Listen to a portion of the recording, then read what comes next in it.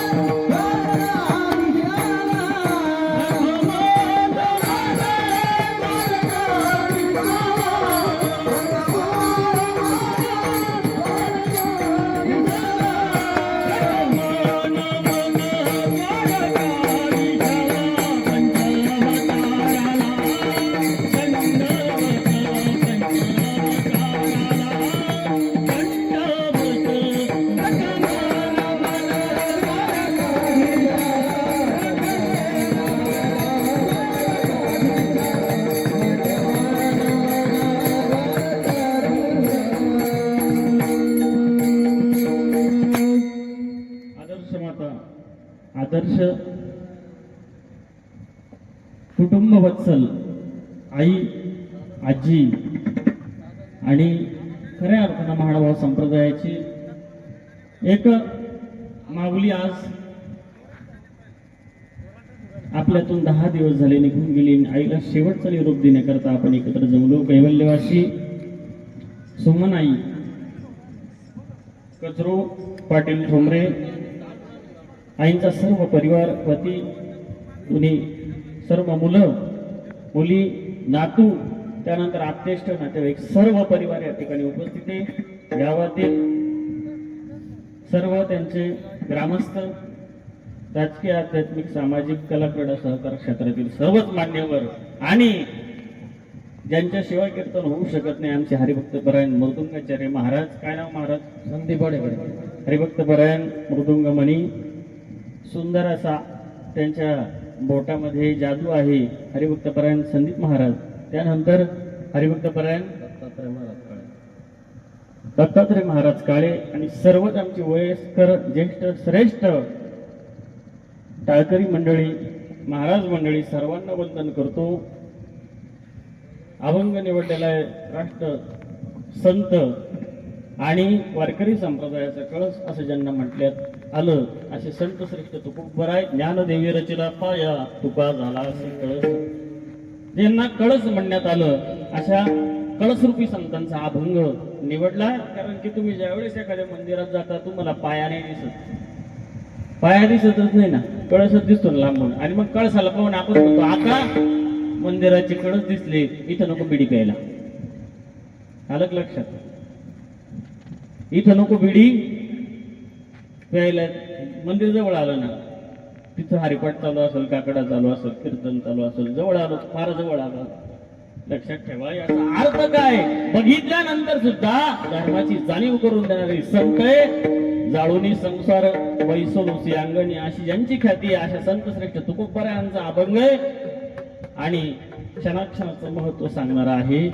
आईंना या मृत्यू लोकात आल्यानंतर जाताना त्यांनी जो धर्म आचरला त्या धर्माची जाणीव आज समाजात झाली पाहिजे. आणि मृत्यू कधी येईल कधी घेऊन जाईल, क्षणात येईल आणि क्षणात कोरोना सारखा येईल आणि टप्प्यात बटन दाबल्यासारखा घेऊन जाईल हे सांगता येत नाही. आणि म्हणून नाशिवंत देह शरीर नासकय जसं दुधाचा दही हा विकार आहे. दुधाचा दही हा विकार आहे. दूध नासकय ना, दूध जास्त दिवस ठेवू शकत नाही तुम्ही, नासकय ते. किती आपण म्हटलं 500 लिटर आहे, पण नास काय ना ते. तसं आपण जरी म्हटलं किती अंगात ताकद आहे माझ्या, लय रग आहे, रग समजतील तुम्हाला पैशाची ताकद भक्तीची गमेंड ज्याच्यामध्ये आहे ना त्याला सांगतात संत. नाशिवंत देह जाणार सकळ आणि आयुष्य जातो काळ सावधान. आणि त्याच्याकरता संत समागमी धरावी आवडी, करावी तातडी परमार्थाची. जुन्या काळात चुली राहायच्या, चुली समोर फुकणी राहायची आणि महिला मंडळ त्या ठिकाणी चूल फुकून फुकून डोळे काळे व्हायचे. तसं संत उदाहरण देतात की तुका म्हणे ह्या लोकीचा व्यवहारे, नका डोळे दुरे भरुणी राहो. या संसारामध्ये अज्ञानाच्या धुरानं डोळे तुमचे काळे झाले, ते डोळे स्वच्छ करण्याकरता संतांच्या सहवासात जा आणि आपल्या जीवनाचं कल्याण करून घ्या. इथं आल्याचं मूल्य करून घ्या, नाहीतर केव्हा एखादा क्षण असा येऊन जाईल, काळ घेऊन जाईल. आणि जी 5-50 वर्षाच्या पॉलिसी बिलिसी सगळ्या केल्या होत्या ना, त्या सगळ्या चोर खाऊन घेतील, लक्षात ठेवा. आलं का लक्षात? आणि म्हणून हातामध्ये ताकद आहे, पायामध्ये ताकद आहे. वारी करा, दिंडी करा, पदयात्रेला जा, दान करा. जोपर्यंत तुमच्याकडं सर्व आहे, जोपर्यंत शरीर स्वस्थ आहे, तोपर्यंत तीर्थयात्रा आहे. आणि म्हणून नाशिवंत देव जाणारे, जोपर्यंत चांगलं आहे ना तोपर्यंत चांगलं वागा. आलं का लक्षात? ही भूमिका संतांची आहे. संत समागमी धरावी आवडी, करावी तातडी परमार्थाची. नाशिवंत देह जाणार सकळ, आयुष्य खातो काळ सावधान. 4 चरणामध्ये संत आम्हाला क्षणाचं महत्व सांगतात. मृत्यू येणारे, घेऊन जाणारे.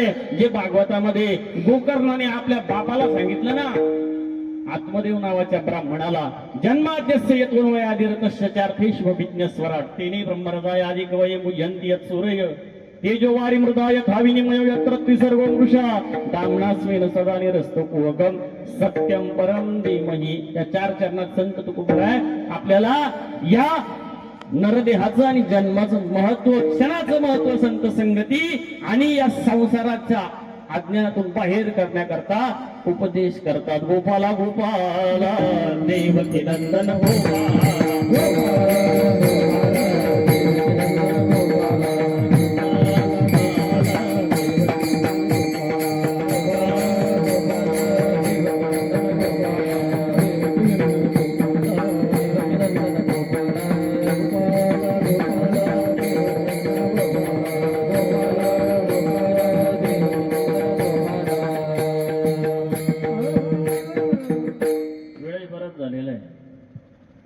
जसं जसं होईल तसं लोकांना कीर्तन नको होतं. परंतु लग्न जर थोडं वाढलं ना, लोक म्हणतात थोडा नाश्ता करून येऊ, पण लग्न लावूनच जाऊ, पाहुणा रोसायचा. बरोबर आहे का नाही? त्या ठिकाणी प्रमुख उपस्थितीच्या संत, सर्व संत महंताची आहे. आदरणीय श्रद्धेय परमपूजनीय वैजापूर या ठिकाणी ज्यांचा महाडभाव आश्रम आहे, अशा तपस्विनी श्रद्धाताई कपाटे, त्यानंतर आदरणीय तपस्विनी आई या ठिकाणी आहे. त्यानंतर सर्वच आमचे ज्येष्ठ श्रेष्ठ वयोवृद्ध संत मंडळी या ठिकाणी आहे. यांच्या कडून आता या ठिकाणी गीता पाठ झालेला आहे, भगवंताचं नामचिंतन झालेले, अर्थात ज्ञानेश्वरीचं पारायण झालेलं आहे. अलग लक्षात, गीता अलंकार नाम ज्ञानेश्वरी ब्रह्मानंद लहरी प्रगट केली, ब्रह्मानंद लहरी प्रगट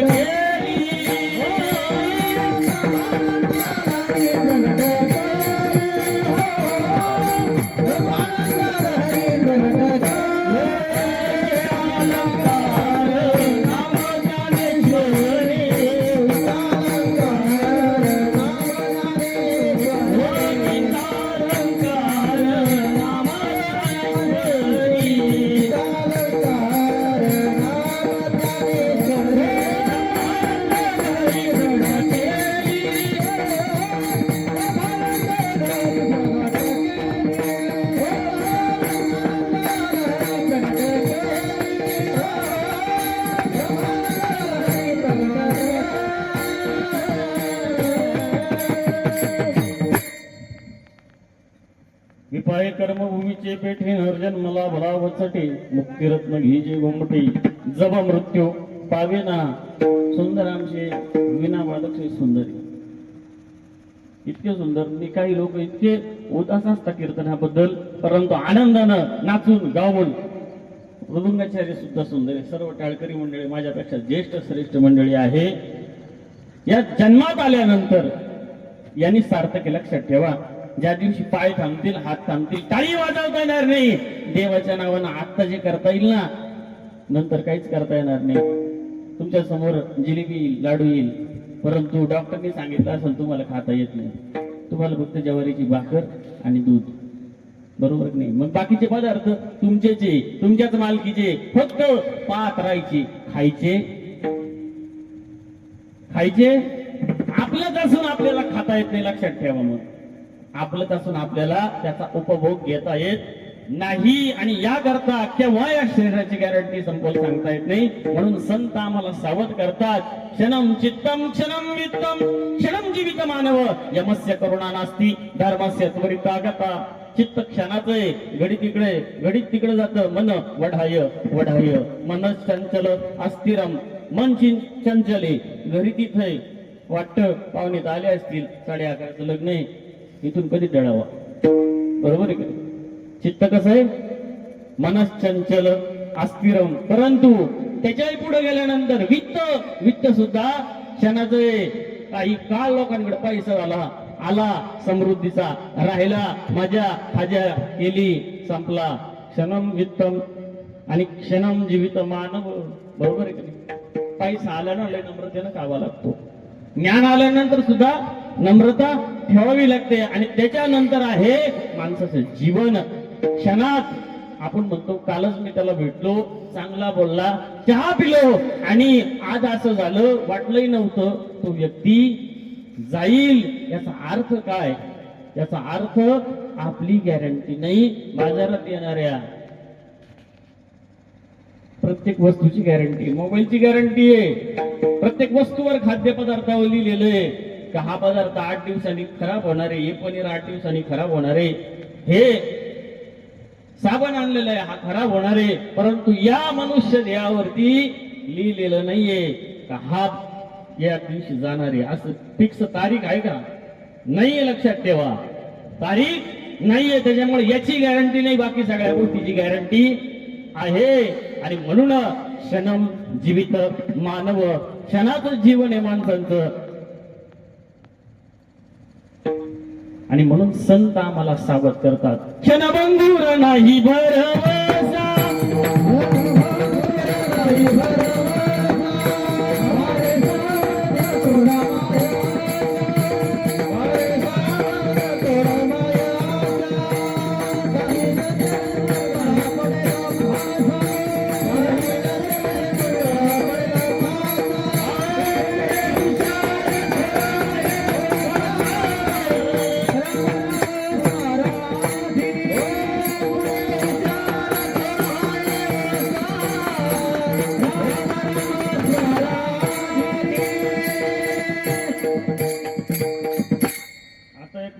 काल परवाची बातमी चांगला आहे तुमच्यासारखा, 5-50 वर्ष वय असेल, 45-50, 10 वाक्याला चांगला जोरदार असा 10 वाक्याला सगळे गावातले राजकीय सामाजिक आध्यात्मिक कला क्रीडा सहकार क्षेत्रातील सगळ्या पंथाची लोक बोलावली तिथे, जे रोज 10 वेळेला सकाळी हजर असतात, कडक कपडे घालून, मंत्री संत्री सगळे आलं लक्षात.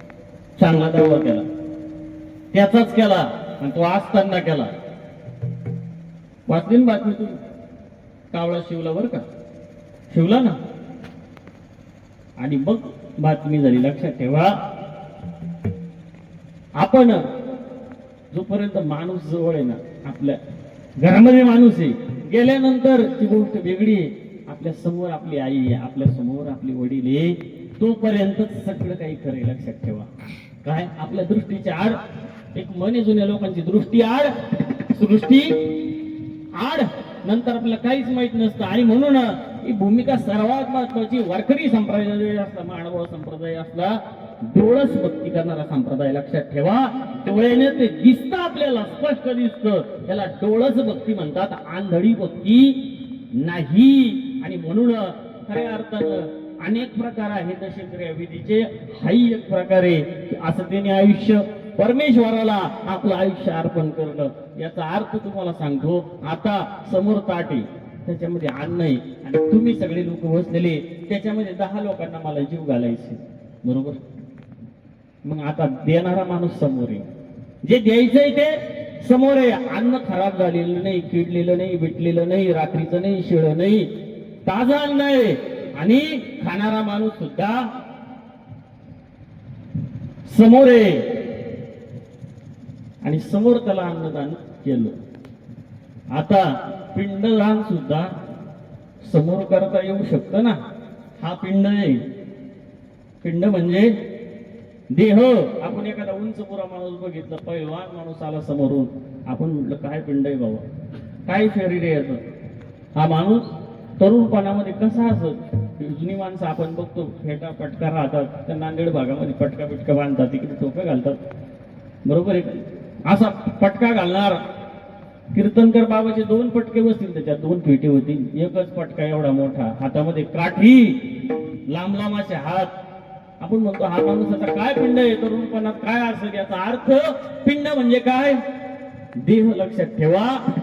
ऐश्वर्या रायचे डोळे सुंदर आहे, तिने डोळे एका संस्थेला दान केलेले. किडनी दान करता येते, आस्थान दान करता येते. आपल्या शरीरातला प्रत्येक अवयव दानाच्या मार्फत दान करता येतो. आताच आपल्याला लिहून देता येते का मी गेल्यानंतर माझी किडनी चांगली राहिली तर या संस्थेला दान. मग अवयव जर दान करता येतात तर देह दान झालंच ना ते, बरोबर आहे का नाही. आपल्याला असताना कळतंय का मी हे दान करतोय. आपण सगळे दान असताना करतो. पिंड दान करायचंय. पिंड तर पाहिजे चांगला, पाय चाललं पाहिजे, डोळ्याला दिसलं पाहिजे. वारी कधी पाय चांगले तोवरच ना, बरोबर आहे का नाही. लग्नाला कधी जायचं, पाय चांगले तवर. आणि पाय थकून गेल्यावर आपण काय म्हणतो, नाही घरचे सगळे गेले, मला नेलंच नाही. कसे नेतील, तुला चालताच येत नाही ना. तिथं जाऊन तू करणार काय, तुझा फायदा बी नाही, तुला कोपऱ्यात बसून ठेवतील लोक. लक्षात ठेवा. याचा अर्थ असा आहे, शरीर उत्तम चांगले सर्व सुखाचे भूषणे, शरीरे साध्य होय केले, शरीरे साधले परब्रह्म. उत्तम शरीरच देवाला प्राप्त करून घेऊ शकतं आणि उत्तम पदार्थ देवाला द्यावा. भगतसिंग होते, मरणाला घाबरत नव्हते. सकाळी पाचशे 11 वाजता आदल्या दिवशी रात्री उठले आणि पहाटे 3 वाजताच उठले. उठल्यानंतर जे रोजचा त्यांचा दिनक्रम होता ना, नामस्मरण केलं. 4 वाजले, आंघोळ वगैरे करायच्या अगोदर रोज व्यायाम करायचे. त्या दिवशी त्यांनी कसरत केली, व्यायाम केला, 1-1.5 तास व्यायाम केला.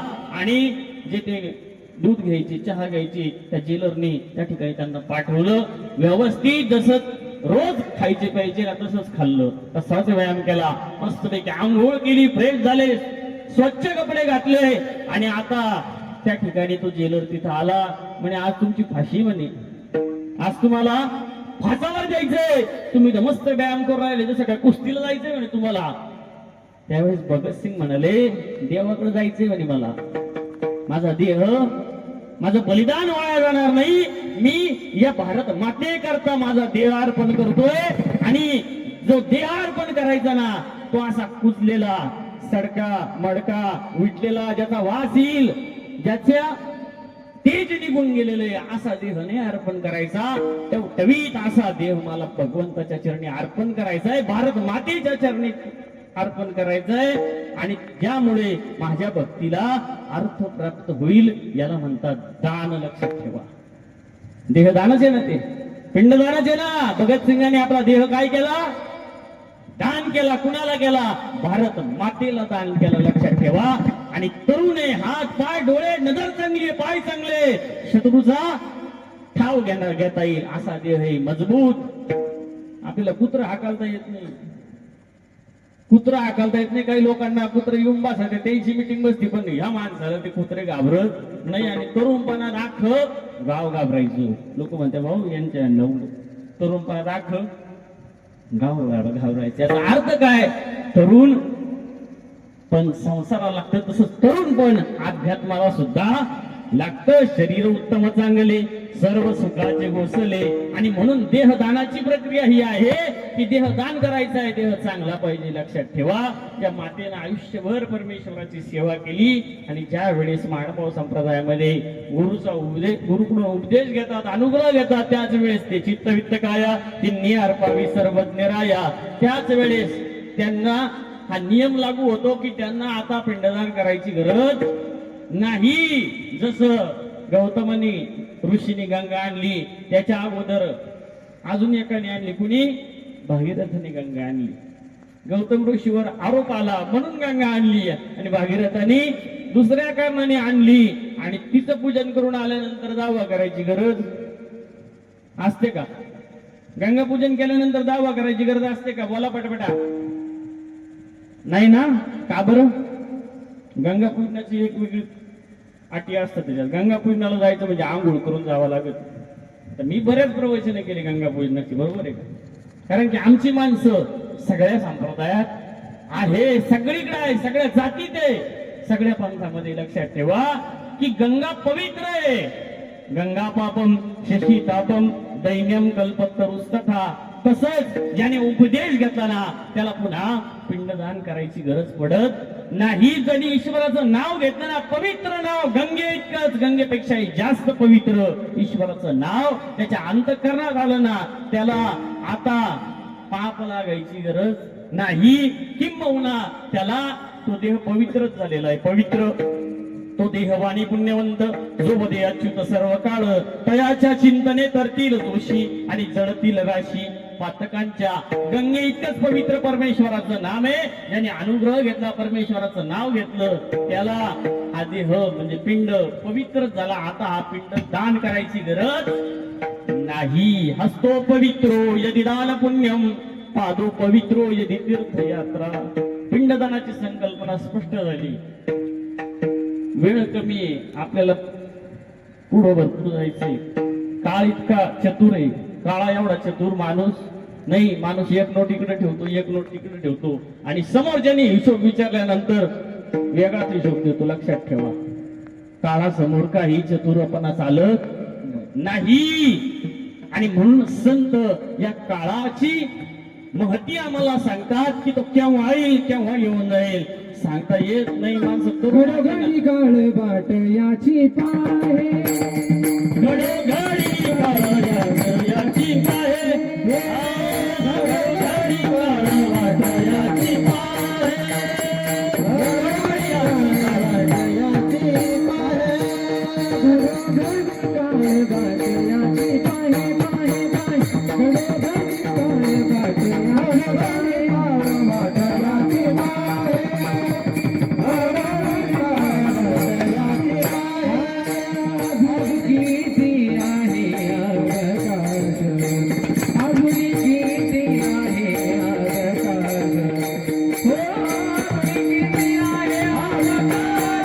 बाट याची पाहे,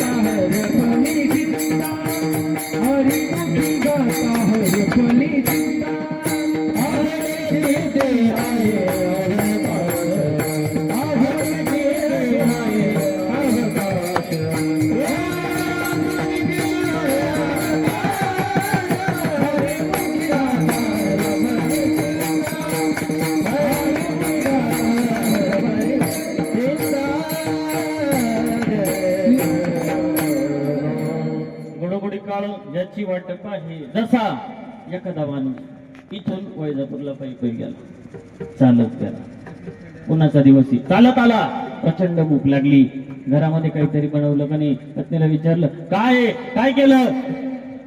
काहीच नाही केलं. लवकर कर आदेश दिला. आता ती शिजायला लागली. मग लवकर करायची वस्तू काय लवकर होतं सगळ्यात सांगा ना? काय होतं लवकर? 5 मिनिटात भात होतो लवकर. आलं का लक्षात? भात लवकर होतो, पवित्र अन्न आहे, सगळीकडे चालतं. टाकला तांदूळ कशामध्ये? बघुण्यामध्ये. समोर माणूस बसलाय, भूक लागलीये, कधी ताटामध्ये येईल आणि कधी खाईल अशी अवस्था याची. बराच फिरला ना. आता विचार करतो केव्हा ताटात येईल माझ्या आणि केव्हा मी खाईल.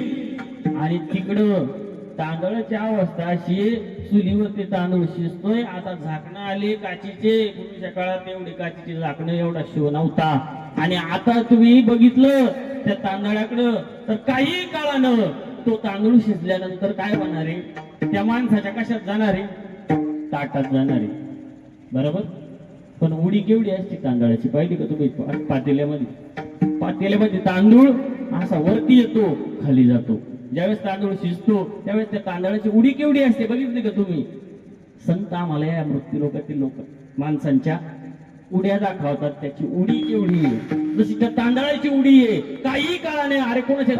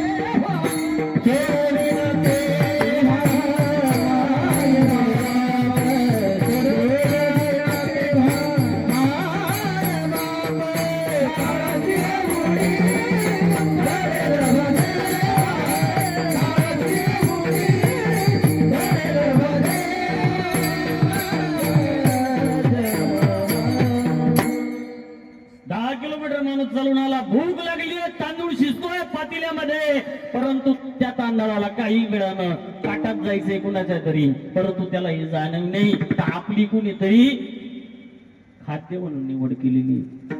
लक्षात आलं का? काय आपण कुणाचं तरी खाद्य आहोत ही जाणीव तांदळाला आहे का? तांदळाला माहिती आहे का मी कुणीतरी मला पटक्यातील किलोवर विकत घेईल आणि खाऊन घेईल अशी जाणीव आहे का तांदळाला? नाही. तशीच जाणीव आपल्याला नाही का आपण सुद्धा कुणाचं तरी खाद्य आहोत. पटक्यात जसं आपण जेवता जेवता पटक्यात लोणच्याला हात लावतो, एक बोट लोणच्याचं चाटतो, एक घास भाताचा घेतो, वरण भाताचा, लगेच आपण भाकरीकडे जातो, भाकर आणि भाजी खातो. तसं काळ एक भोजन करत असतो. लक्षात ठेवा. काय इकडचे 10-15, इकडचे 10-15, इकडचे 5-50 लोक एका क्षणी जसं भोजन चालू आहे काळाचं. लक्षात ठेवा. आणि त्या तांदळाला जाणीव नसते काही काळानं.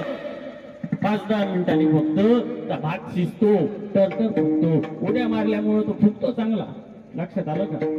आता बोलणं समजतो तुम्हाला. उडी मारल्यामुळं फुगतो तो. सांसारिक माणसांच्या उड्या सांगत होतो तुम्हाला केवढे. सांसारिक माणसाची उडी लई मोठी राहते. बघितलं का तुम्ही? त्या उडीमुळे फुगून जातो. इतका फुगतो. अरे पण 5च मिनिटांनी तुला आता खाऊन घेणार ना. किती उड्या मारल्या तरी ताटातच जायचंय. शांत बसला असता त्या पातेल्यामध्ये तरी ताटातच जायचंय. काही वेळानं तो इतका फुगतो आणि मग ती महिला म्हणती शिजला वाटतं. आलं लक्षात? आणि लगेच ताटामध्ये देण्यात येतात. संत आम्हाला सावध करतात.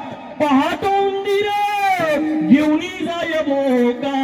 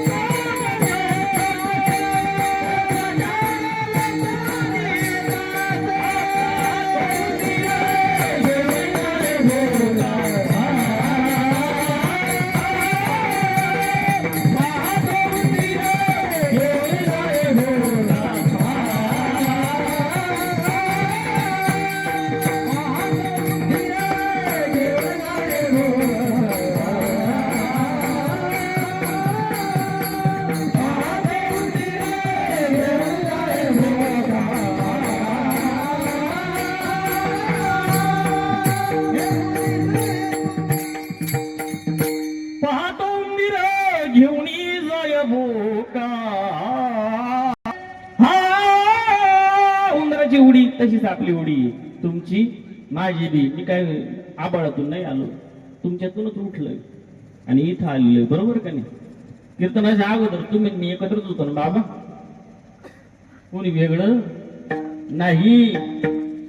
आणि म्हणून सावध होण्याची गरज आहे. क्षणोक्षणी हाची करावा विचार, तारावया पार भवसिंधू. आणि या मनुष्य जन्मामध्ये आल्यानंतर खऱ्या अर्थानं आमच्या आईनं, कैवल्यवासी सुमन आई, आईचं नावही सुमन आहे. सुमन त्याचा अर्थ फुल होतं, लक्षात ठेवा. फुलासारखा जन्म होता. अगदी त्या मातेनं कायम एकनिष्ठतेनं परमेश्वराची भक्ती केली आणि शेवटपर्यंत स्थान, प्रसाद, भिक्षुक, वासनिक या 4 साधनाची सेवा केली. आणि या 4 साधनाच्या सेवे करून खऱ्या अर्थानं देवाला संतुष्ट केलं, पोषवलं, जेणेकरून ईश्वर प्रसन्न होईल. लक्षात ठेवा, ते काम करा ज्याने देव प्रसन्न होईल. वाटतं ना कधीतरी का आता वारी जवळ आली. आमचे वारकरी सांप्रदायिक बांधव आहे, यांना सुद्धा वाटतं की आता एवढी वारी करू बा, आता पाय थकले, आता बीपीची गोळी सुरू झाली, शुगरची गोळी सुरू झाली, परंतु एवढ्या अन्नाकडे जाऊन येऊ असं म्हणता म्हणता तो काही थांबत नाही. लक्षात ठेवा. तसंच या मातेनं सुद्धा मानव संप्रदायातली जेवढी तीर्थक्षेत्र आहे त्यापैकी बरीच तीर्थक्षेत्र चांगल्या पद्धतीनं पदयात्रा असेल, तीर्थयात्रा असेल, तिकडं कायम त्या गेल्या आणि देवदर्शन त्यांनी केलं. ही अपेक्षा शेवटची आहे की मला देवाचं दर्शन घ्यायचंय. वारकरी संप्रदायाचे आमचे सर्व बांधव असतील, आता बरेच ट्रॅव्हल्स निघतात, गाड्या निघतात, बरोबर आहे का नाही? निघतात का नाही ट्रॅव्हल्स? इथूनही निघत असतील. लक्षात, ही मंडळी तिकडे जाईल का न जाईल, परंतु यांना 4 धाम महाराष्ट्रामध्येच मिळाली. तुम्ही म्हणशाल हे नवीनच 4 धाम आम्ही ऐकले आज, बरोबर आहे? माणगाव संप्रदायाची सुद्धा 4 धाम. जिथे गेल्यानंतर, तिथून आल्यानंतर स्वामी त्या व्यक्तीची स्तुती करतात. माणगाव संप्रदायातले 4 धाम केल्यानंतर तो मनुष्य मुक्तीला जाईल याची गॅरंटी स्वामी घेतात. स्वामी म्हणतात, रुद्धपुरा जाता पाऊल पाऊल लागो मटे किंगा. रुद्धपूर जाता केसने गोमटे रुद्धपूरला जो मनात इच्छा करल जायची त्याचं भाग्य मोठं आहे. आणि म्हणून महानुभाव संप्रदायातले जे 4 धाम आहे त्याची ओळख तुम्हाला करून देतो. चक्रधराच्या नावाने, चक्रधराच्या नावाने गुण मी गाईन. चक्रधराच्या नावाने गुण मी गाईन. चक्रधराच्या नावाने गुण मी गाईन. चक्रधराच्या नावाने गुण मी गाईन. रुद्रपुराला जाईन, श्री प्रभूंना पाहीन. रुद्रपुराला जाईन, श्री प्रभूंना पाहीन. पैठणला मी जाईन, प्रेम देवाला मागेन.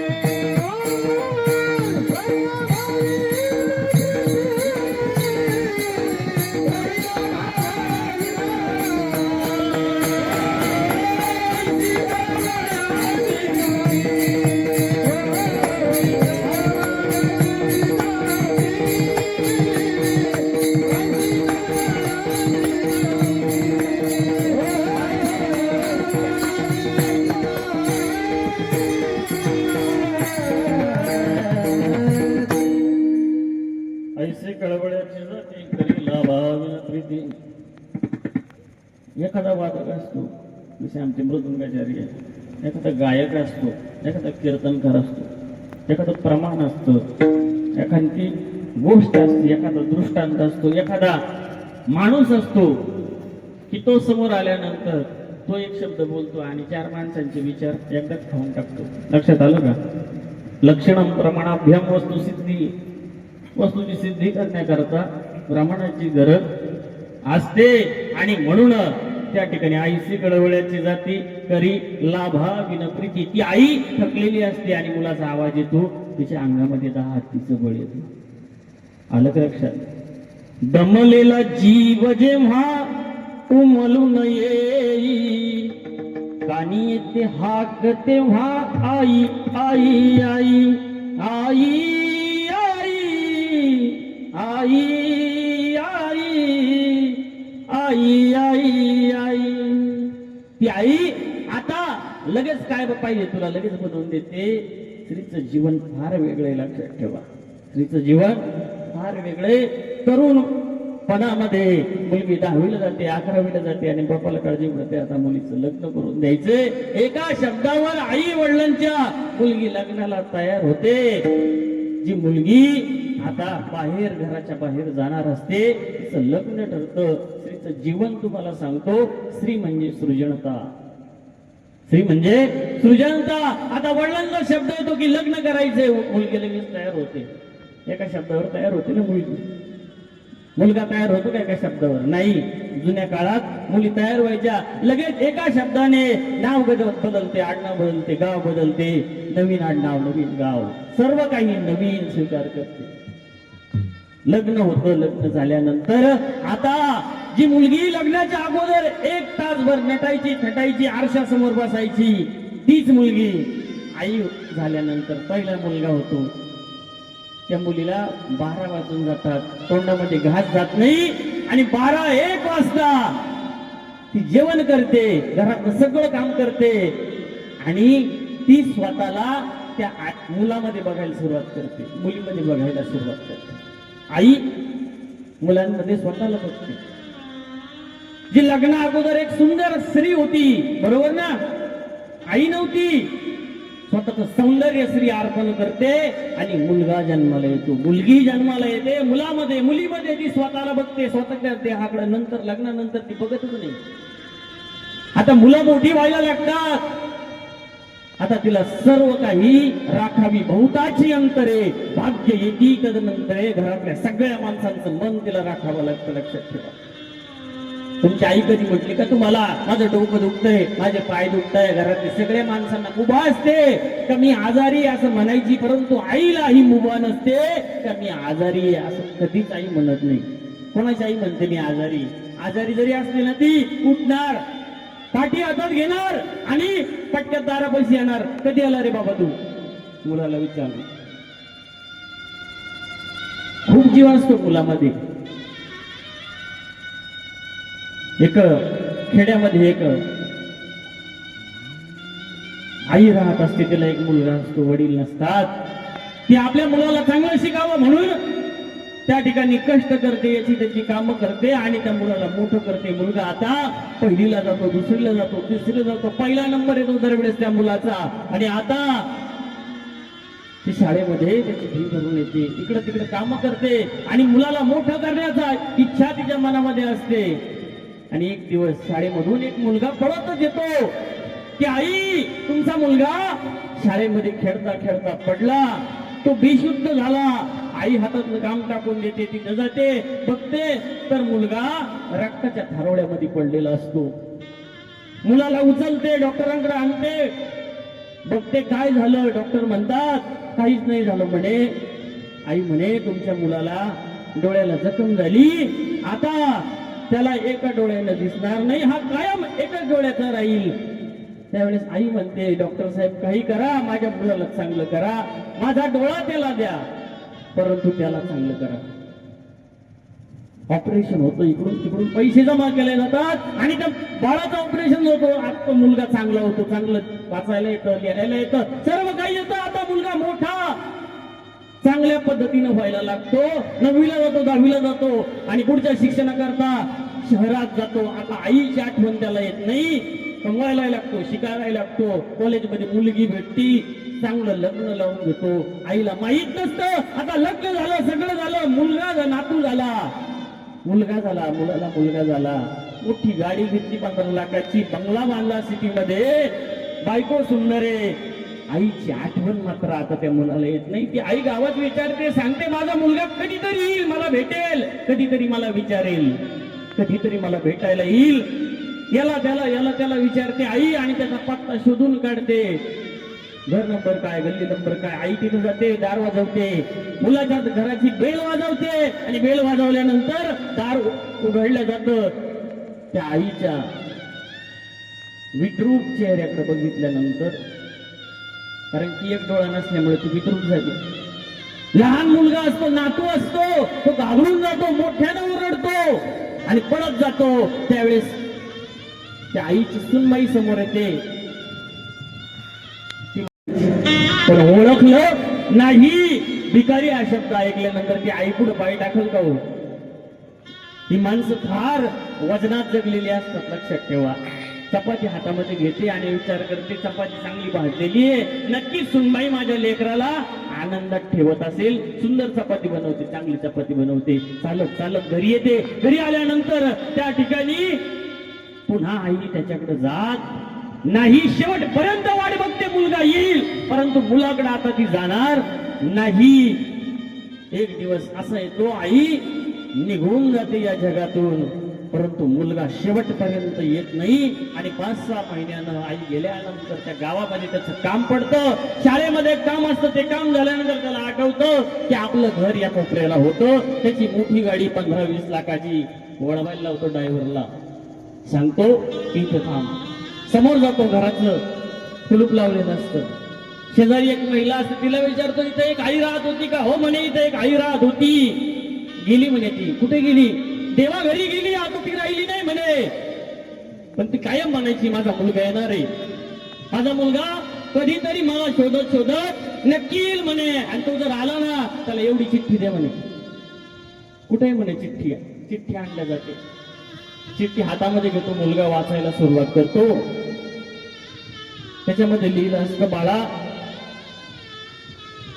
तुला भेटायला आले होते मी, तू भेटला नाही, लहानसं मोठं केलं, लोकांचे गुन्हे भांडे केले, तुला 10वी पर्यंत गावात शिकवलं, पुढच्या शिक्षणाकरता पैसा उपलब्ध करून दिला.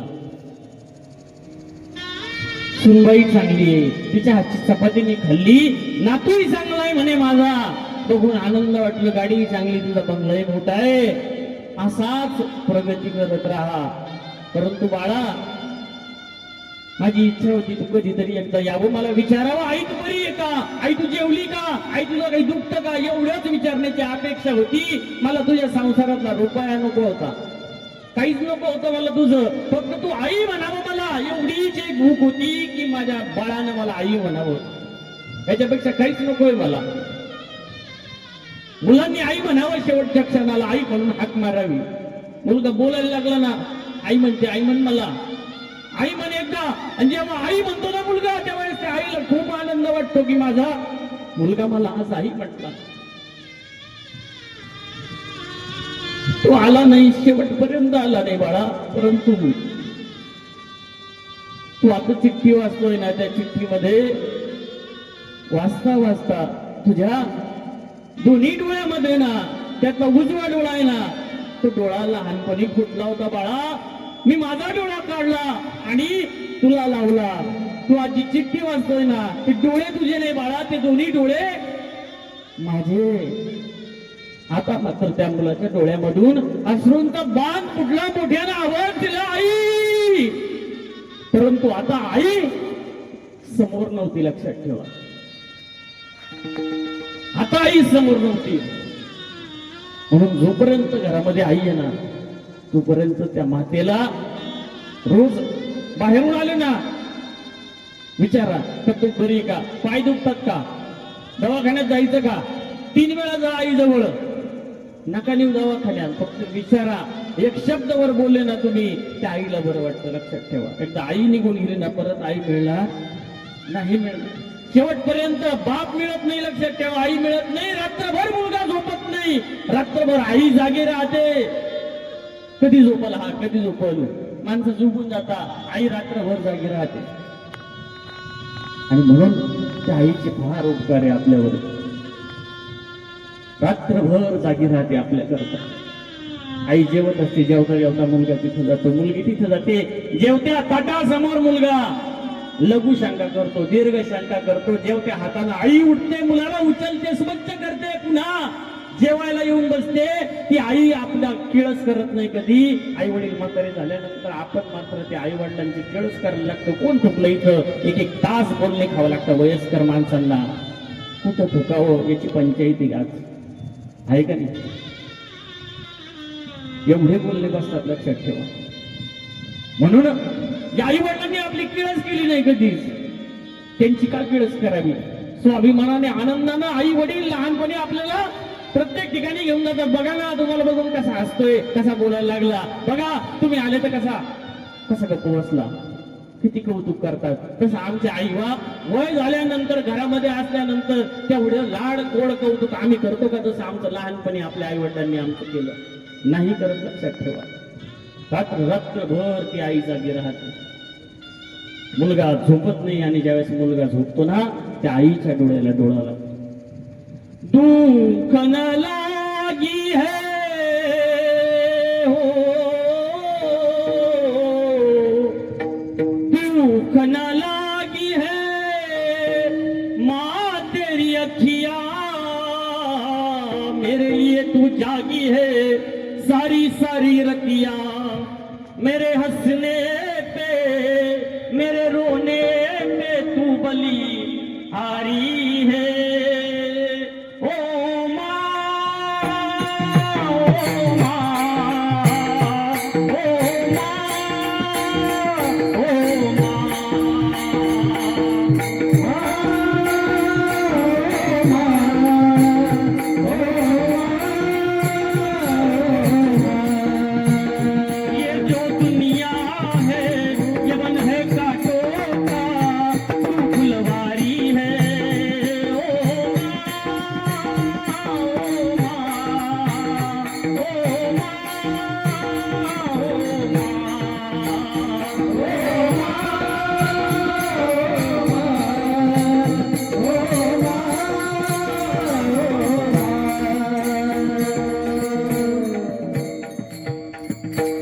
अपना नहीं तुझे सुख दुख कोई हो, अपना नहीं तुझे सुख दुख कोई. मैं मुस्काया तू मुस्काई, मैं रोया तू रोई. लेकरू हसल्यानंतर ती सगळी दुःख विसरून जाते, त्याच्यासोबत हसायला लागते. लेकरू रडल्यानंतर त्याच्यासोबत रडायला लागते. तिला हे रडू येतं बरं का. आपलं लेकरू रडलं, 40 पाहुणे आलेले, तेवढ्यात आपलं लेकरू रडायला लागलं, ते आईला रडू येतं का नाही? ती पहिले त्याच्याकडे जाते, त्याला हसवते आणि बघ बाकीचं काम करते. लक्षात ठेवा, क्षणभर सुद्धा लेकराला रडून देत नाही आई लहानपणात, बरोबर? तर किती लेकरू रडका असू द्या, त्याला रडू देते का आई? लेकराला कोणी रडवलं, आईला राग येत नाही का? मग आपल्या आई वडिलांना म्हातारपणात हसवण्याचा प्रयत्न करा. लक्षात ठेवा, ही रडत असतात वयस्कर माणसं. पारावर बसणारी 2 वयस्कर माणसं भेटली समजायचं, त्या ठिकाणी समान दुःख असणारी 2 माणसं भेटली, बरोबर का नाही? लहान मुलगा आणि वयस्कर माणूस सारखाचे. लक्षात ठेवा, दोघांचा स्वभाव सारखाच आहे. वयस्कर माणसालाही दात नसतात, लहान लेकरालाही दात नसतात, त्यालाही काठी लागते, आधार लागतो. या लेकरालाही आधार लागतो. म्हणून म्हाताऱ्या माणसाचं आणि लहान लेकराचं लवकर पडतं, बरोबर आहे का नाही? आणि म्हणून ह्या अर्थानं घरामध्ये वय झालेल्या आपल्या आई वडिलांना प्रेम द्या, जिव्हाळा द्या, आनंद द्या. जगामध्ये आई गेल्यानंतर पुन्हा आई उपलब्ध होऊ शकत नाही. तुम्ही भरपूर काही पैसा कमावशाल, सर्व सुख मिळेल तुम्हाला, लक्षात ठेवा, परंतु आई मिळणार नाही. आपल्या घरामध्ये असणारे वडील हा आपल्या घराचा पाया आहे, लक्षात ठेवा. आणि आपल्या घराच्या मंदिराचा कळस म्हणजे आई, लक्षात ठेवा. माया मंदिर लागे कळस फुटाया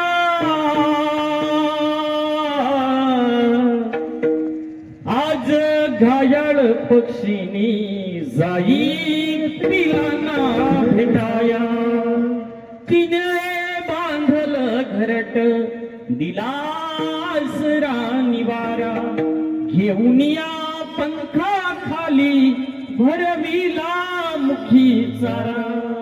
आई जोपर्यंत घरात होती ना तोपर्यंत मुलगी आल्यानंतर तिची पिशवी रिकामी जात नाही. आई वाट बघते, माझी मुलगी कधी येणार आहे, माझा मुलगा कधी येणार आहे.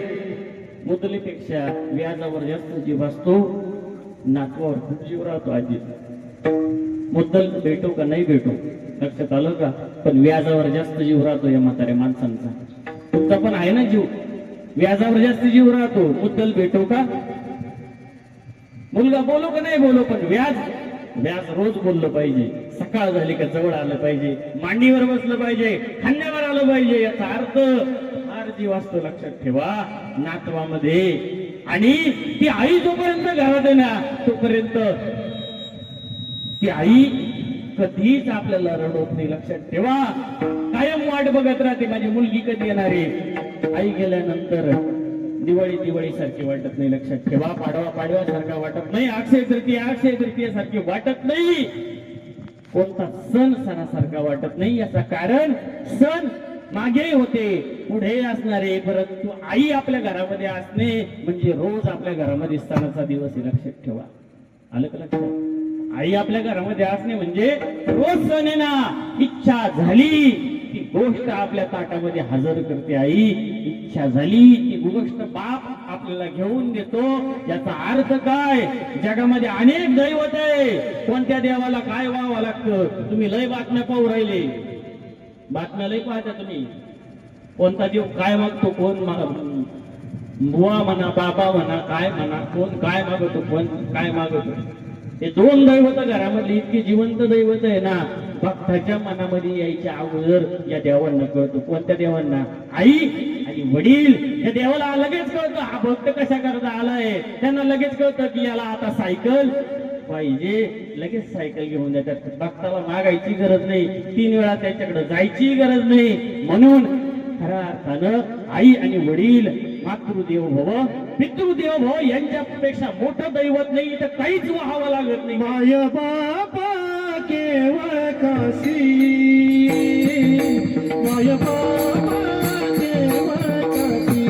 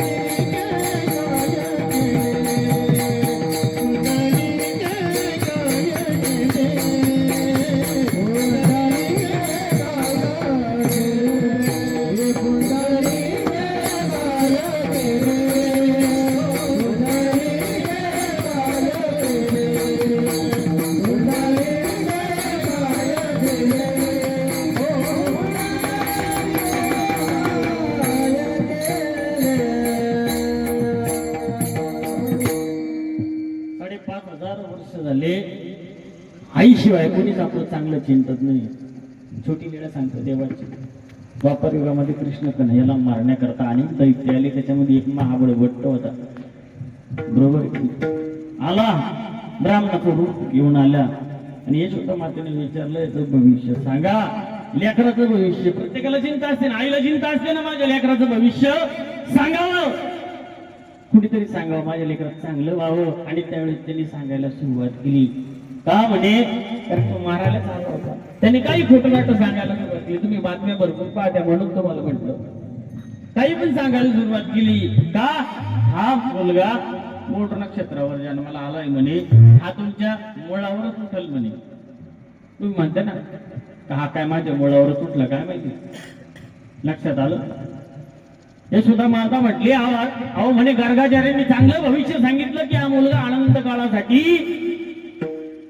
जगामध्ये ओळखल्या जाईल, याची कीर्ती दिगंत राहील असं भविष्य सांगितलंय. आणि त्यावेळेस त्या महाबळ भटाला राग आला, इतका राग आला. आणि मग तो म्हणतो, अहो म्हणे या तुमच्या कृष्णाला म्हणे काय करा, म्हणे एक खड्डा करा, त्याच्यामध्ये पुरून टाका, त्याच्यावरती काट्या टाका, दगड टाका आणि कायमच संपवून टाका. म्हणे याला जर लाड करशाल ना म्हणे तुम्ही तर हा अख्ख्या कुळाचा नाश करील. यशोदा मातेला इतकं रडू आलं की माझ्या समोर माझ्या बालकाला बोलतोय. केवळ आईलाच राग नाही आला, तिथं असणाऱ्या उखळाला पण राग आला, मुसळाला पण राग आला, घरातल्या सांडशीलाही राग आला, चिमट्यालाही राग आला, पाट्यावर ज्या बसता होता ना त्या पाटालाही राग आला. माझ्या लेकराला बोलतो काय, माझ्या कृष्णाला बोलतो काय. केवढा जीव असतो आईचा लेकरामध्ये बघा. तिथल्या जडमूड वस्तूंनी सुद्धा अभिमान धारण केला आणि त्या ब्राह्मणाच्या महाबळ भटाच्या डोक्यावरती एक एक वस्तू आदळायला सुरुवात झाली. धाड धाड धाड आणि पळून गेला. लक्षात ठेवा, एवढा अभिमान आई घेते आपला. ती बी आजही बघताय तुम्ही, बरोबर आहे का नाही. आई शिवाय आणि बापा शिवाय मातृ परम दैवतम, आमचं हित आणि आमचं भविष्य कोणीच करणार नाही. आणि म्हणून खऱ्या अर्थानं आई शिवाय खऱ्या अर्थानं आमचं कोणीच नाही. दिवाळी येईल, पाडवा येईल, सगळं येईल, परंतु आता दिवाळीला आई आपल्याला दिसणार नाही. आई म्हणणार नाही अरे बाबा कधी कधी कपडे घ्यायला जायचे, कधी नातवाला कपडे आणतो माझ्या, कधी माझ्या मुलीला साडी आणतो. आता आई नसल्यानंतर घरामध्ये सुनं वाटतं. लक्षात ठेवा, मुली करता आई गेल्यानंतर ममतेचा झरा आटून जातो. ज्या मुलीने चपातीपासून पिठल्यापर्यंत पुरणपोळीपर्यंत सगळा स्वयंपाक आई शिकवते. चुकलेली चपाती आई खाते, लोकांना देत नाही, खाऊन घेते, पहिल्यांदा चुकून देते, ते पोटामध्ये घालते. सर्व दोष आई आपल्या मुलांचे पोटामध्ये घालते. मुलं मोठी झाली पाहिजे, शिकली पाहिजे आणि म्हणून शेवटच्या कालखंडामध्ये त्या आईला सुख द्या. लक्षात ठेवा, आपल्या घरामध्ये वयस्कर माणसं असतील, ती वयस्कर माणसं काही मागत नाही, तुमच्या पैसे मागत नाही, गाडी मागत नाही, काहीच मागत नाही. फक्त त्यांना विचार येतो, दिवसभरात वर्ग बोलला नाही माझ्याशी, आलं का लक्षात. नातू माझ्याकडेच असतो, नातू तुमच्याकडेच टाकेली. वयस्कर माणसं तुमच्याकडे सांभाळायला, नात आणि नातू तुमच्याकडे सांभाळायला आहे, पण मुलांनी बोलायची अपेक्षा असते. सुनबाईनी चांगलं बोललं पाहिजे, ही सर्वात मोठी भूमिका आहे. लक्षात ठेवा, या वयस्कर माणसांना एवढीच अपेक्षा आहे का 4 शब्द प्रेमाने घरामध्ये बोलले पाहिजे. की आई शेवटच्या क्षणामध्ये, वडील शेवटच्या क्षणामध्ये आशीर्वाद देत असतात कुटुंबाला. लक्षात ठेवा, शेवटच्या क्षणाला आई वडील आशीर्वाद देतात. जाता जाता काळ शेवटचा शिल्लक असतो आणि शेवटच्या काळात आई इच्छा करते की माझ्या लेकराला माझंही आयुष्य लागू दे देवा, मला उचलून दे, माझ्या नातवाला माझं आयुष्य लागू दे, यांचं माझ्या नंतर सुद्धा कल्याण होऊ दे, ही अपेक्षा आई करत असते. जगामध्ये सगळे लोक आपल्या विरुद्ध होतील, आपली आई कधीच आपल्या विरुद्ध होणार नाही. आईच्या पोटाला जर साप आला ना, साप, ती त्याला दूध वाजेल आणि टोपल्या खाली झाकून ठेवी. लक्षात ठेवा, या आईचं काळीज असतं, त्याला आई म्हणतात. साप जर कुठे आला ना, साप माणूस नाही म्हणत मी, विषारी साप जरी आला ना, ती त्यालाही दूध वाजेल. लक्षात ठेवा, त्याला टोपलीमध्ये ठेवल, सांभाळील, हे काळीज असतं. आणि म्हणून आजपर्यंत कोणत्याच आईनं कोणत्याच मुलाला नाव नाही ठेवलेलं, नाव ठेवलेलं नाही. म्हणून इथं जी माणसं आहेत आलेली कीर्तनाला, आमच्या आईला तर आमच्या दादांनी चांगलं सांभाळलं, त्यांच्या मुलीनेही चांगलं सांभाळलं, सुनबाईने चांगलं सांभाळलं. परंतु या कीर्तनाला आलेले सर्व आमची ज्येष्ठ माणसं बसलेली पुढं, ही माणसं फार विचारानं बसतात. लक्षात ठेवा, आज सुद्धा प्रत्येक बऱ्याच घरामध्ये माणसं बोलत नाही, कुठत राहतात मनामध्येच स्वतःला खात राहतात. लक्षात ठेवा, कधीतरी जा आणि आपल्या आईला मिठी मारा. जोपर्यंत घरामध्ये आई, जशी आई आपल्याला जवळ घ्यायची ना, झोपेत नव्हती आपल्याला, आईच्या जवळच लागायचं. दुसऱ्या माणसाकडे आपण झोपत, लहानपणी झोपत नव्हतो. कधीतरी आईच्या जवळ जा आणि तिथे थांबा. ज्यावेळेस पिलं होतात ना पशु पक्ष्यांची सुद्धा, ती आई तिथे थांबते, त्या अंड्या भोवती, त्यानंतर ती पिलं बाहेर येतात. त्या आईच्या उब लागल्यानंतर ती पिलं बाहेर येतात. लक्षात ठेवा, पक्षी जाय दिगंतरा, पिलयासी आणि तारा, पिलयासी आणि तारा, पिलयासी आणि तारा.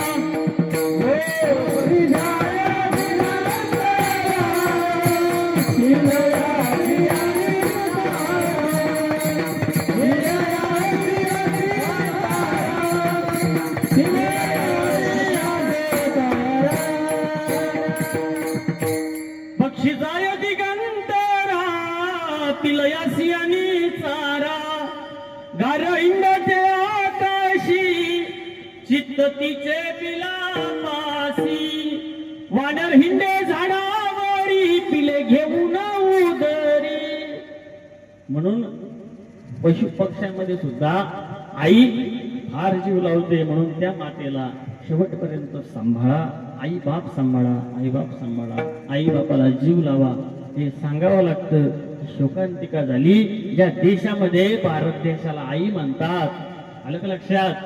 देशाला सुद्धा आपण आई म्हणतो, गाईला सुद्धा गो माता म्हणतो. त्या देशामध्ये आज अशी सांगायची परिस्थिती आली, आईला सांभाळा, बापाला सांभाळा, हे सांगावं लागतंय.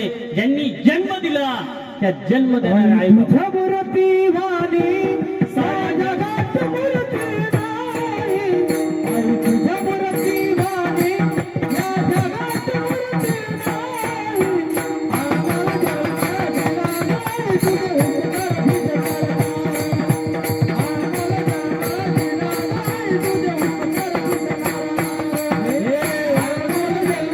भिजणार नाही. आम्हाला जगात नाही तुझे उपकार भिजणार नाही. आम्हाला जगात नाही तुझे उपकार भिजणार नाही. आणि म्हणून खऱ्या अर्थानं त्या मातेला शेवटपर्यंत कैवल्यवासी सुमनाई, कचरू पाटील ठोंबरे, खऱ्या अर्थाने या मातेला त्यांचे मुलं मुली असतील सर्वांनी चांगल्या पद्धतीने सांभाळलं. श्रीमान कचरू तानाजी पाटील ठोंबरे पती, आणि खऱ्या अर्थानं पतीला सुद्धा चांगल्या प्रकारे त्यांनी संसारामध्ये साथ दिली. त्यांचे मुलं श्रीमान कैलास कचरू पाटील ठोंबरे, त्यानंतर मुलगी सौ पुष्पा आसाराम पाटील शेलार, त्यानंतर नातू श्रीमान कृष्णा कैलास पाटील ठोंबरे, त्यानंतर चिरंजीव अभिषेक विलास पाटील ठोंबरे नातू, हा संपूर्ण परिवार आणि त्यांच्या दुःखामध्ये सहभागी असणारा हा सर्व आपला परिवार. त्या आईनं मानव संप्रदायाचा उपदेश घेतला, एकनिष्ठ भक्ती केली. 4 देव नको एकच देव केला, आपुला तो एक देव करून घ्यावा, त्याने वेण जीवा सुखन. हे एक देव करून घेतला, एक धर्म करून घेतला, एका धर्माचे संप्रदायाचे संत त्यांची सेवा केली, स्थान प्रसाद भिक्षुक वासनिकाची सेवा केली, आणि एकनिष्ठ पद्धतीनं धर्म आचारा. लक्षात घ्या, ज्या वेळेस एखादी महिला जाते ना त्या जगाला सोडून, त्यावेळेस जगावरती परिणाम होतो. आणि ज्या वेळेस एखादी पती असताना महिला जाते, म्हणजे तिथे एक शब्द राहिला आहे ना, बरोबर आहे का नाही? एक अक्षर राहिलं ना, त्यावेळेस आभाळ लाल होतो. लक्षात ठेवा, संध्याकाळच्या वेळेस काय आभाळ लाल होतं ज्या वेळेस एखादी महिला पती असताना जाते. लक्षात ठेवा, हे सौभाग्य सूचक जाणं असतं की पती असताना जाणं फार महत्वाची गोष्ट.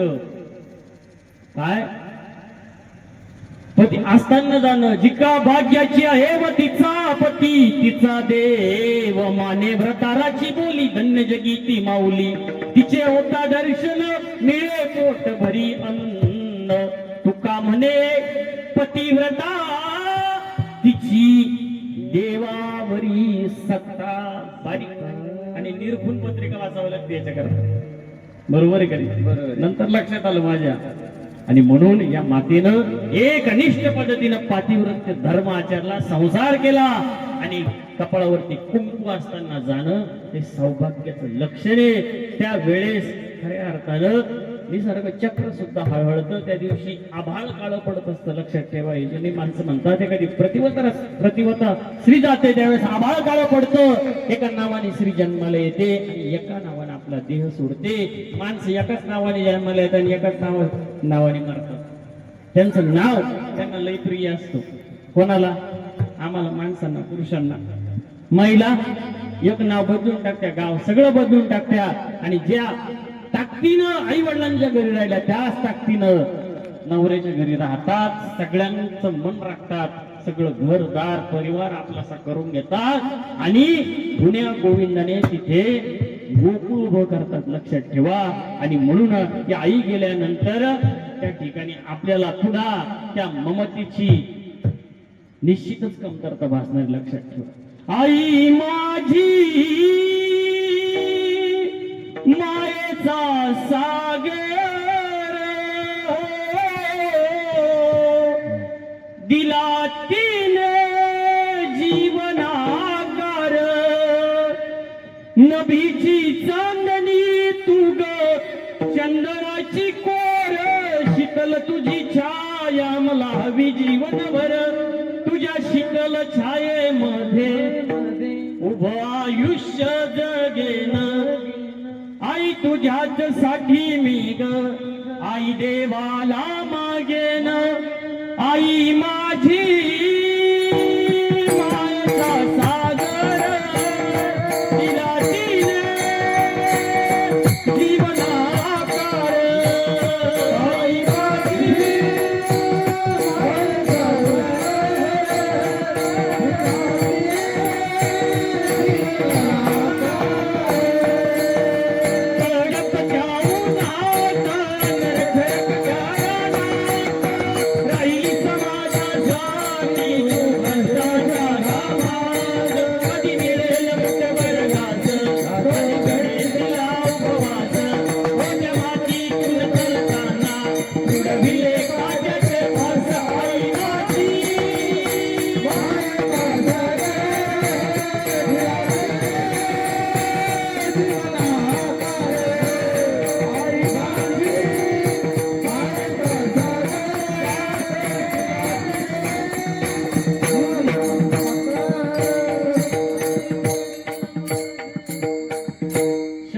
त्या मातेनं प्रेम या कुटुंबाला दिलं आणि आपल्या उब दिली. त्या उभेतून खऱ्या अर्थानं मुलीला योग्य संस्कार दिले, मुलाला योग्य संस्कार दिले आणि आपल्या पतीला आयुष्यभर त्यांच्या शब्दापुढं आई गेल्या नाही, घरातल्या माणसांची मनं राखली आणि धर्मही चांगल्या पद्धतीने आचरला. आदरणीय श्रद्धेय तपस्विनी या ठिकाणी जे संत महंत आले आहेत त्यामध्ये आदरणीय तपस्विनी श्रद्धाताई असतील, कपाटे, त्यानंतर आई आहेत. खऱ्या अर्थाने यांच्या मार्गदर्शनाखाली हा परिवार धर्माची त्या ठिकाणी बाजू चांगल्या पद्धतीनं या मातेनं सांभाळली. मला माहित नाही या गावामध्ये 1-2च उपदेशी घर आहे, जास्ती घर नाहीये, 2च आहे. जवळ पानगावन आहे, बरेच गाव आहे, सगळीकडे कीर्तन माझे झालेले आहे. आणि म्हणून खऱ्या अर्थानं तपस्विनी ज्यांचं मार्गदर्शन या कुटुंबाला आहे, आदरणीय श्रद्धेय तपस्विनी श्रद्धाताई असतील, आई असतील, ही संत महंत मंडळी, खऱ्या अर्थानं यांच्या माध्यमातून आज गीतेचं पारायण झालं. देवाला प्रार्थना केली जाते की देवा या जीवात्म्याला मुक्त कर, इतरत्र इकडे तिकडे कुठेही भटकू न देता सरळ देवापर्यंत पोहोचव. जसं काही माणसं एकदा निघाल्यावर संध्याकाळीच पोहोचत्या, व्यवस्थित घरी जात नाही. आणि त्याच्याकरता खऱ्या अर्थानं देवाला प्रार्थना केल्या गेली, कोणत्याही कर्म फळात न जाऊ देता तुझ्या जवळ या जीवात्म्याला येऊ दे, तुझ्या चरणावरती जागा दे. आणि संत हीच प्रार्थना करतात, लक्षात ठेवा. क्षणोक्षणी हाची करावा विचार, पारावया पार भव सिंधू नाशिवंत देह जाणार सकळ, आयुष्य खातो काळ सावधान. आपल्याला वेळ कमी होता म्हणून आपण चरण काय म्हणून घेतले नाही. तू माणसाला सोडवले का तरी बाबा कीर्तनात चरण सोडवले ना, तुम्हाला पहिल्यांदाच सांगितलं भागवतात गोकर्ण सांगतो कुणाला वडिलांना ते हस्ती मांस रुधिरे अभिमतां ते यत्वं जाया सुता दिशु सदा ममतां विमुंच पश्यामिदं जगदिदं क्षणभंग निष्ठो वैराग्य राग रसिको भवभक्ती निष्ठ नाशिवंत देह जाणार सकळ याच भाषांतर आहे. तुम्ही घरी गेल्यावर भागवतात पाहून घ्या गोकर्ण आख्या, बरोबर का नाही? गोकर्णाची गीता घरी गेल्यावर बघून घ्या. ते आज नाशिवंत पद सांगितलं आणि म्हणून आईंना आमच्या संत संगती केली. संत दर्शने हा लाभ, संत दर्शने हा लाभ, दर्शने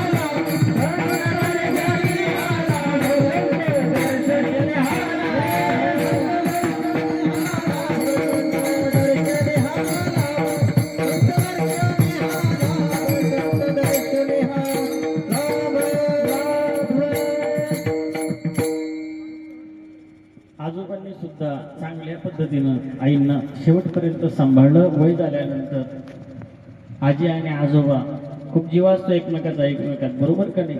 वयस्कर माणसांचा खूप जीव असतो आणि म्हणून शेवटपर्यंत त्यांनी सुद्धा शेती केली. आणि शेतीच व्यवसाय ना, शेतीच व्यवसाय.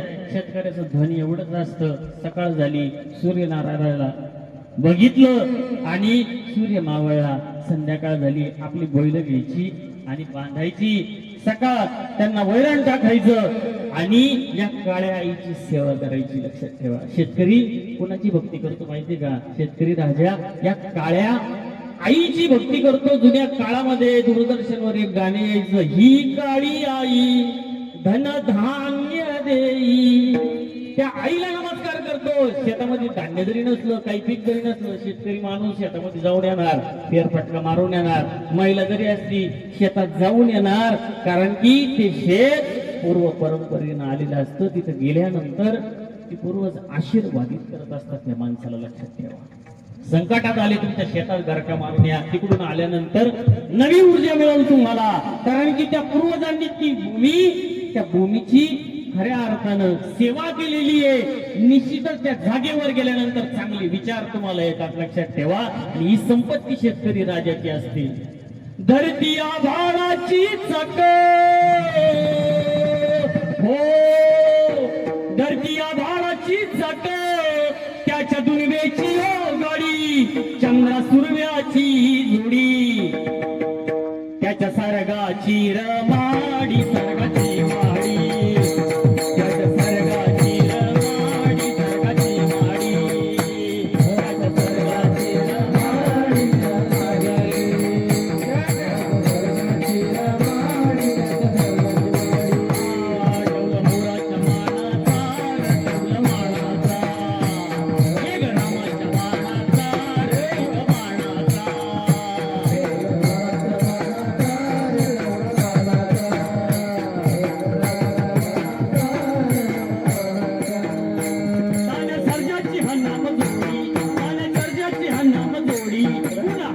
हाती होडी माझ्या राजा रे, हाती होडी माझ्या राजा रे.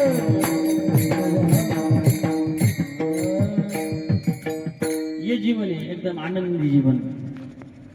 EMI चं टेन्शन नाही, हप्ता भरायचं टेन्शन नाही. आताचे लोक परेशान झाले कारण की शेती सोडली. शेती काहीच मागत नाही. लक्षात ठेवा, चांगली निर्व्यस्त शेती केल्यानंतर उत्पन्नही चांगलं येतं.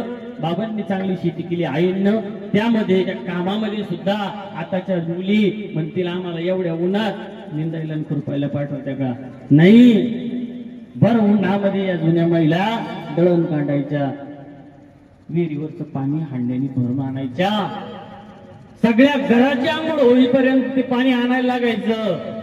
एक कवी वर्णन करतो, जुन्या काळात गिरण्या नव्हत्या, आता पिठाच्या गिरण्या आल्या. जाता असायचं ते जातानी दळावं लागायचं पीठ.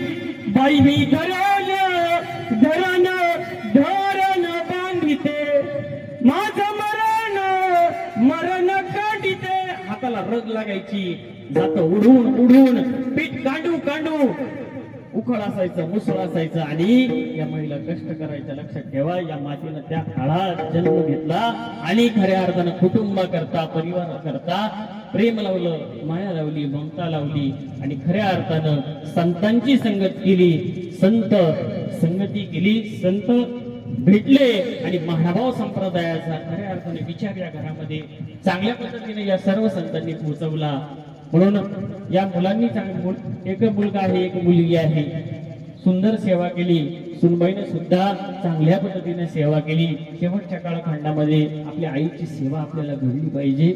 आई म्हणते जन्मभर माझी सेवा नको करू, पण ज्यावेळेस मी पडेल ना, ज्यावेळेस माझे हात चालणार नाही, पाय चालणार नाही, काही चालणार नाही, त्यावेळेस जसा लहानपणी तुला मी हात दिला होता ना, तसा हात मला दे. म्हातारपणाला लक्षात ठेवा, बरोबर का नाही?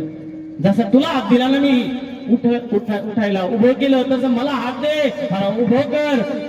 आई म्हणत नाही मी तुला खांद्यावर घेऊन फिरवलं, तसं खांद्यावरच घे, परंतु हात तर दे मला. मला हात येत जाय, मला उठता येत नाही, आता बसता येत नाही, माझ्या हातामध्ये काठी आली. म्हणून त्या आईची व्यथा कधीतरी जाणून घ्या. सर्व परिवारानं आमच्या कैवल्यवासी सुमन आईची सेवा केली. त्या आईला मी महानुभाव आश्रम शिक्षण संस्था उरुळीकांचन पुणे या आश्रमच्या वतीनं त्या ठिकाणी भावपूर्ण श्रद्धांजली अर्पण करतो. संत संगती त्यांनी केली आणि खऱ्या अर्थानं संत तुकोबराय सांगतात की ज्या मृत्यूमुखामध्ये आमचे डोळे काळे होतात, ज्या अज्ञानामध्ये आम्ही गुरफटून जातो, त्या संसारामध्ये राहून आईंनी महानुभाव संप्रदायाचा उद्देशही घेतला. त्या ठिकाणी नामस्मरणही केलं, संतांची सेवा केली, अन्नदान केली, पदयात्रा केली आणि महानुभाव संप्रदायाचे चारी धाम सुद्धा केले. आणि हे संत सांगतात, तुका म्हणे इह लोकीच्या व्यवहारे